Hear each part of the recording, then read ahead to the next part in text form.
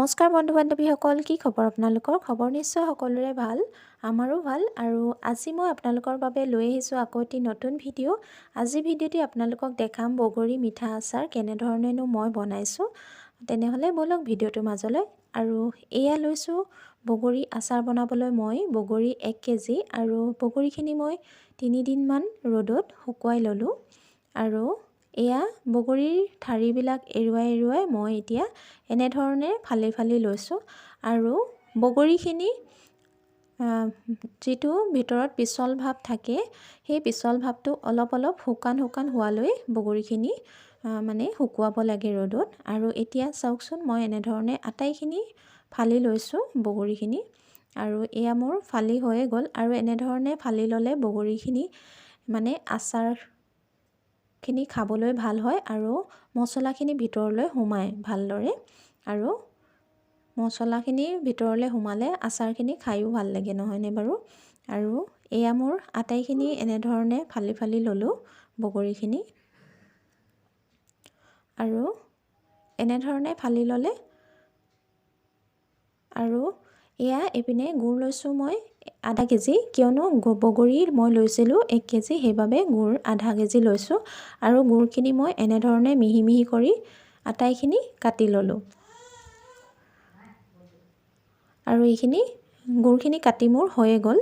আৰু এয়া দেখিছেনে, বগৰী মিঠা আচাৰ বনাবৰ বাবে আমাক লাগিব বগৰী, আৰু এইপিনে লৈছোঁ গুড়, আৰু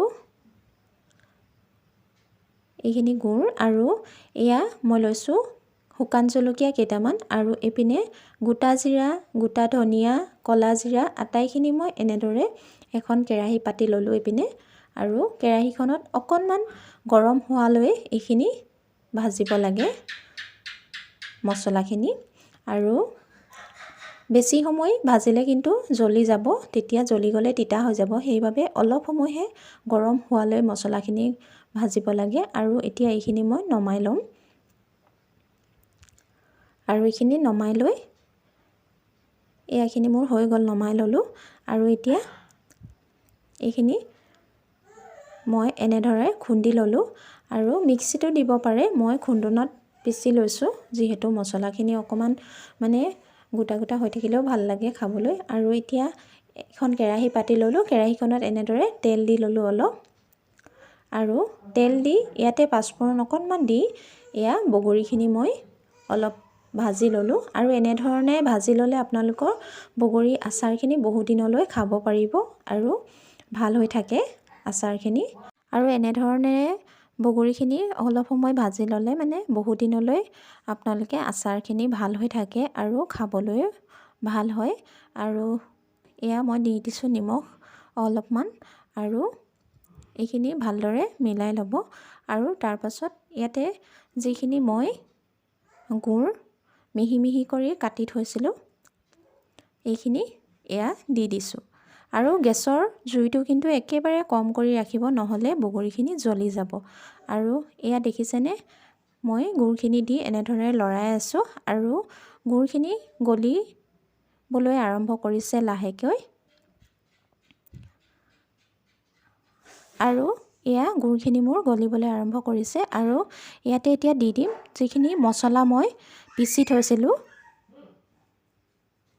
এয়া দেখিছেনে, গুড়খিনি গলিবলৈ আৰম্ভ কৰিলে।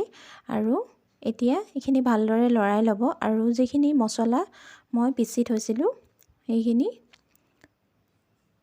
এতিয়া মছলাখিনি এয়া দি দিলোঁ।